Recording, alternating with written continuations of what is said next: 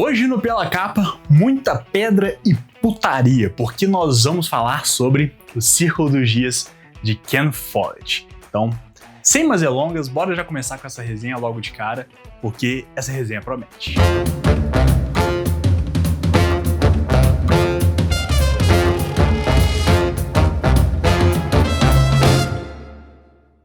Fala galera, sejam muito bem-vindos para mais um vídeo no canal. Que felicidade estar aqui trazendo uma resenha de livro para vocês. Tinha muito tempo que eu não fazia uma resenha de livro, né? Acho que tem quase 2 meses da minha última.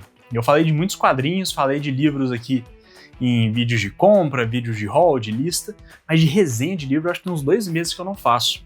E que bom que eu tô trazendo aqui um livraço já para resenhar aqui para vocês, porque foi uma grata surpresa, um dos grandes lançamentos de 2025, e eu pude já pegar ele para ler aqui próximo do lançamento, então foi uma experiência muito boa para mim.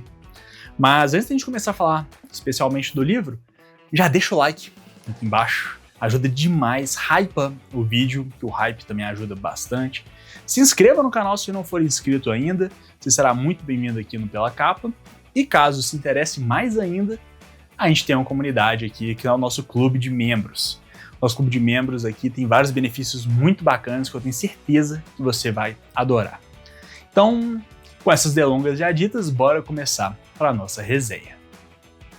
Bem, gente, antes da gente começar a falar da história, eu quero falar um pouco da edição. Esse é um livro que, na hora que eu peguei ele na mão, eu achei ele muito leve. Ele é um livro muito leve mesmo. Não sei o que Arqueiro fez aqui com esse livro, mas as páginas, tipo assim, a gramatura é boa até, só que é um livro muito leve e muito molenga. Eu peguei aqui um dos últimos lançamentos do Follett também, que é o Nunca. Tem mais ou menos a mesma quantidade de páginas, né? E olha só, quando a gente pega o Nunca, ele tem a estrutura de capa cartão, né? Ele fende um pouco para baixo, mas o Círculo dos Dias, ele vai muito mais, ele é muito mais molenga, sabe? E eu achei isso muito bom. Eu não acho que é um livro com menos qualidade nem nada, mas as páginas são muito boas, ele tem uma abertura muito boa, ele é muito confortável de ser lido, o peso dele é muito bom também, então fica aqui um elogio para Arqueiro. Eu estranhei no início, mas gostei bastante depois. Esse aqui é o meu terceiro contato com o autor. Os 2 outros livros que eu tinha lido dele foi O Homem de São Petersburgo e O Buraco na Agulha, que inclusive foi uma leitura coletiva nossa no nosso Clube do Livro. Inclusive o link para participar do nosso Clube do Livro está aqui na descrição, é de graça e você vai aumentar aí a frequência do seu hobby de leitura, então é só benefícios. E esse daqui fugiu demais do que eu estava acostumado com o outro Follett, né? Os outros Folletts. O Homem de São Petersburgo, ali se passando no período mais ou menos da Primeira Guerra, e O Buraco na Agulha da Segunda Guerra. Aqui a gente se passa em 2500 a.C., né? Porque o Círculo dos Dias é um livro, uma ficção histórica sobre a construção do Stonehenge. Stonehenge aí, praticamente todo mundo conhece, mas para quem não conhece, é um círculo de pedra que ninguém sabe como é que foi construído, que fica lá na Inglaterra. Basicamente, é isso, ninguém sabe direito quais eram utilizadas as suas funções, existe muito mistério em relação a ele, porque as pessoas falam como é que os primitivos conseguiram trazer essas pedras para cá, como é que o pessoal conseguiu elevar essas pedras na altura que elas estão. Então é um monumento histórico ali que ele gera muito debate, muita curiosidade. E um dos pontos negativos que eu acho da edição é que não existem textos de apoio quanto a isso, né? Os outros livros do Follett que eu li, eles também não tinham, mas era numa época que eu tô mais acostumado, né? Eu estudei bastante sobre isso, Primeira, Segunda Guerra. Mas aqui num período que eu não sei absolutamente nada, é difícil saber o que é ficção e o que realmente é fato histórico, sabe? O Cornwell, que é outro autor de ficção histórica, meu autor favorito, inclusive, ele sempre, no final dos seus livros, tem ali contando, olha, tal batalha aconteceu desse jeito, mas eu troquei isso daqui para poder incluir o personagem. Tal evento, tal figura era retratada dessa forma, retratei desse outro jeito. Ou então, esse daqui eu peguei exatamente aqui, só que esse personagem nunca foi naquela região, eu tive que fazer isso daqui para fazer a narrativa fluir. E eu acho muito legal entender o que o autor fez ali para criar a parte de ficção da ficção histórica. Mas aqui realmente foi uma leitura que eu fiz meio perdido, então eu tenho que desligar essa chave do meu cérebro, porque eu não vou ter essas respostas a não ser que eu vá atrás de estudar realmente o período histórico e tudo mais, né? E o que é essa história, né? Ficção histórica sobre a construção de Stonehenge. Porém, a construção do Stonehenge se dá muito nas páginas finais desse livro. E não é spoiler falar que eles vão construir o Stonehenge, né, gente? Pelo amor de Deus, o monumento tá aí, em pé até hoje. Mas ele acontece bem no final do livro e é um dos grandes pontos fortes desse livro. A forma como acontece é praticamente mágica, a forma que o Follett consegue passar isso nas páginas. Foi muito impressionante, foi uma das coisas mais legais que eu li nesse ano, porque foi criativo, foi emocionante, teve problema, teve solução, foi muito, muito, muito fera. Mas a gente ainda tem uns 60, 70% de livro que não é a construção de Stonehenge, né? E a gente acompanha os povos que viviam nessa região, essa grande planície que se passa a história. Inclusive, uma coisa que eu gostei bastante é que o livro vem com um mapinha, que é da região, né? E a gente acaba conhecendo muito sobre os diferentes povos que moram nela. A gente tem basicamente 4 povos que moram nessa região. A gente tem os mineiros, que eles extraem sílex do solo, das minas, né? E sílex é utilizado para a produção de facas, de flechas, de armas. Tudo que envolve cortar alguma coisa é feito a partir do sílex. É uma commodity ali que eles têm que é extremamente valiosa. A gente tem os gadeiros, que, por se tratar de uma planície, são dedicados ali no cultivo de vacas e bois e tudo mais, né? A vida deles é toda voltada aí para essa agropecuária aí, né? E eles talvez sejam o principal grupo que a gente acompanha, né? Pelo menos é o grupo com o maior número de personagens ativos na história que a gente acompanha a perspectiva deles. A gente também tem os lavradores, que moram lá na Vila da Lavra, que são o povo que está ligado à terra, né? Exploração da terra, em questão de cultivo, de grãos, de plantas, agricultura no geral, né? E, por último, nós temos os povos da floresta, que são aqueles povos que são mais ligados à natureza, eles vivem ali entre si, consumindo o que a natureza dá mesmo. Eles comem frutas, comem sementes, nozes, coisas que eles encontram ali na mata.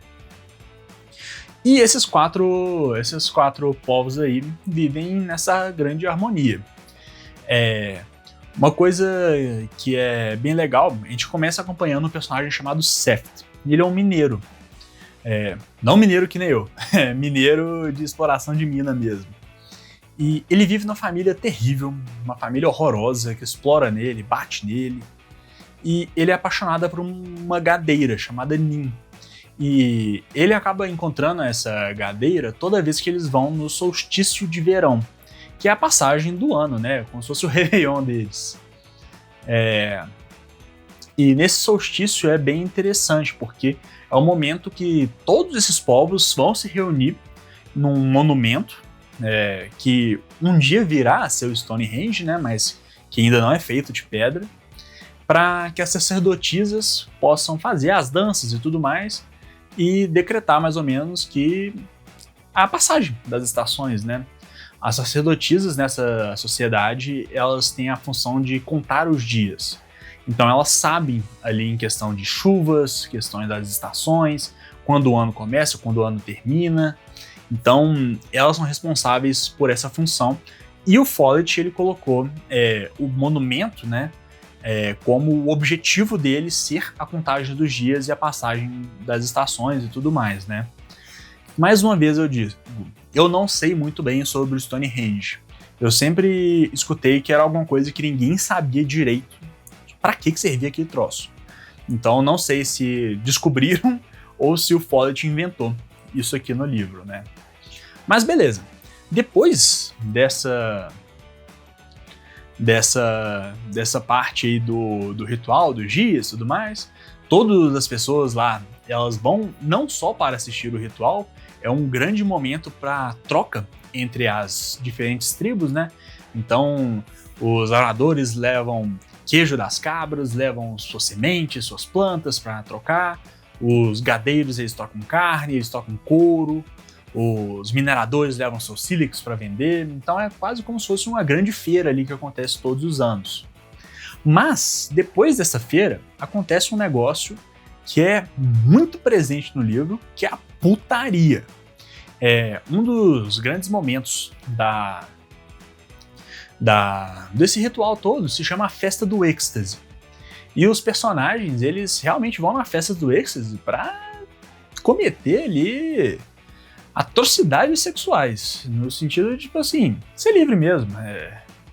Então, não existe muito essa questão familiar, né?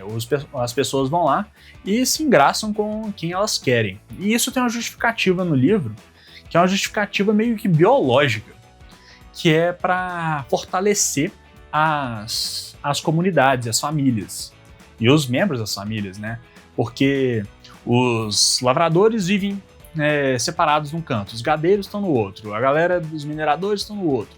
Então eles gostam de fazer esse intercâmbio de genética para que não ter problema, né? Aquela coisa, familiares entre si não podem ter filhos porque os filhos têm a tendência a nascer com diversos problemas. Então eu achei curioso isso, e mais uma vez eu queria saber, isso é uma coisa da cabeça do Follett ou isso é uma coisa que é realmente estudado dos povos daquela época, né? Porque é uma coisa muito, mas muito presente aqui nessa história. Esse, sem sombra de dúvidas, foi o livro mais danadinho que eu já li na minha vida, no sentido da quantidade de sexo, quantidade de descrição de sexo e a forma como o sexo impacta aqui a história também, né? E toda essa questão da festa do êxito e tudo mais, isso envolve homem com homem, mulher com mulher, homens com homens, surubas, mulheres com mulheres. Assim, é uma parada bem solta mesmo, sabe? E eu fiquei extremamente curioso para saber se isso é um fato histórico daquela época, ou se o Follett ele colocou uma visão um pouco mais progressista do século XXI nessa história. Mas eu achei muito legal. Isso foi uma coisa na história que me deixou de início ressabiado, não ressabiado, mas espantado. Eu não esperava ver isso aqui, na verdade, né? Mas depois eu achei interessante como é que essa dinâmica começava a funcionar, né? Então, justamente por esse motivo, eu consigo ver muita gente chamando esse livro aqui de woke, inclusive, sabe? Eu detesto esse termo, mas é um termo popular na internet, né? Mas eu não acho que seja. Eu acho que é um livro que tem esse elemento, só isso, sabe? E eu acho que é um elemento que, apesar de eu achar que foi usado um pouco até demais, ele tem ali uma função narrativa e é interessante ver o relacionamento dos personagens entre si, né? Mas, falando inclusive de relacionamento, lembra que eu falei que a construção do monumento é mais tipo nos 20, 30% final do livro? Em todo esse momento a gente vai acompanhando esses povos e esses personagens. Eu já falei pra vocês do Seth, e agora eu quero falar pra vocês dos outros personagens importantes aqui do livro. Talvez a grande protagonista do livro seja a Joia. A Joia é irmã da Nin, que é o interesse amoroso do Seth. A Joia, ela vai se tornar a figura mais importante para a construção do Stonehenge do jeito que a gente conhece hoje, um monumento em pedra. Isso tudo vai ser uma vontade que vai partir dessa garota, então ela vai ser quase como se fosse um motor do livro, nesse sentido. Aqui a gente acompanha bastante o irmão das duas também, o Han, só que o Han ele não é necessariamente um protagonista, porque a gente acompanha muito ele através dos olhos da Pia, que é uma mulher que vive lá na Vila da Lavra. Ela e o Han têm um relacionamento que ocupa grande parte do livro, inclusive, que é um relacionamento meio difícil de acontecer por eles terem essa situação de um ser gadeiro, outra ser lavradora. Outro personagem incrível que a gente tem aqui é o Bess, que é um representante. Ele é como se fossem nossos olhos dentro dos povos da floresta. E é muito legal ver isso. A visão dele, ele é um personagem extremamente interessante. Ele traz questionamentos, traz muitas coisas que eu gostei nessa história. E por último, eu acho que a gente tem que... Por último não, tem mais dois que a gente vai falar. O primeiro é o Trum, que ele é o grande homem da Vila da Lavra. Ele é como se fosse o prefeito da Vila da Lavra, sabe? Só que ele é absolutamente mau e perverso. Ele é o grande antagonista dessa história daqui. Muitas vezes a gente acompanha aqueles personagens que a gente fala, poxa, ele tá meio que só olhando dele. Ele... Tipo, personagens cinzas. Tipo, joga um Game of Thrones aqui, que nem todo mundo é bonzinho, nem todo mundo é mau. Mas o Trum é mau. Ele é objetivamente mau. Obviamente, ele tá tentando pegar o melhor ali pra Vila da Lavra, só que ele tem um ego muito grande. Muito do que ele faz não é pra ajudar a sua cidade, a sua vila, né? É pra engrandecer seu próprio ego, e ele é quase como se fosse um miliciano, sabe? Ele tem os seus capangas, ele põe medo em todo mundo, ele é intransigente, ele dá ordem pra caramba, quem ir contra ele vai apanhar, aquela coisa toda horrorosa, né? E a última personagem aqui, que é uma das personagens favoritas minhas do livro, é a Annie, que é a mãe da Min, da Joia e do Han. Ela é uma personagem fantástica. Ela basicamente anda por essa planície inteira com extintor de incêndio na mão, sabe? Que ela é a única pessoa que consegue apaziguar qualquer conflito que acontece nesse lugar. O pessoal aqui parece que eles têm uma vontade de fazer merda de um jeito que é impressionante. E a Annie é essa voz da razão com duas pernas que anda aí resolvendo o BO todo, sabe? E é tudo legal, a gente vai acompanhando aqui todos esses personagens amando, se descobrindo, desenvolvendo nas suas profissões, encontrando seus propósitos. Porém, chega um momento que essa planície é assolada por uma grande seca. Uma seca devastadora, aquela coisa que provoca fome mesmo, os personagens ficam preocupados com o que vão comer no dia seguinte, e isso começa a gerar conflito entre todas essas tribos diferentes, né? E é muito interessante, porque apesar de ser um slow burn nesse sentido, né, as coisas vão acontecendo muito devagarzinho, toda hora a gente tá com aquela impressão, nossa, isso daqui tá pronto pra estourar. E acaba estourando, né? E eu não falo que é spoiler porque tá no verso do livro. Eles falam de guerra. Então, os personagens aqui, eles vão desenvolvendo, ficam naquela, principalmente a figura da Annie, ela é muito importante para impedir que esse estopim chegue, mas eventualmente ele chega e a gente acompanha esse grande desentendimento entre todas as tribos ali que moram nessa planície, a grande planície. Mas falar mais do que isso eu começo a entregar muito, né? E acredite, eu não dei nenhum spoiler aqui nesse livro, nessa review, na verdade, né? Então, é uma leitura que eu gostei muito. Mais uma vez dizendo, eu gostaria que o Follett tivesse explorado um pouco mais em termos de apoio, né? Para situar nós, leitores, o que é ficção, o que não é. Fiquei chocado com a quantidade de putaria nesse livro, mas achei interessante, né? Achei legal. Inclusive, a forma como ele explora relacionamentos no livro me agradou. Eu achei interessante. Eu me vi em vários momentos torcendo pelo relacionamento entre personagens.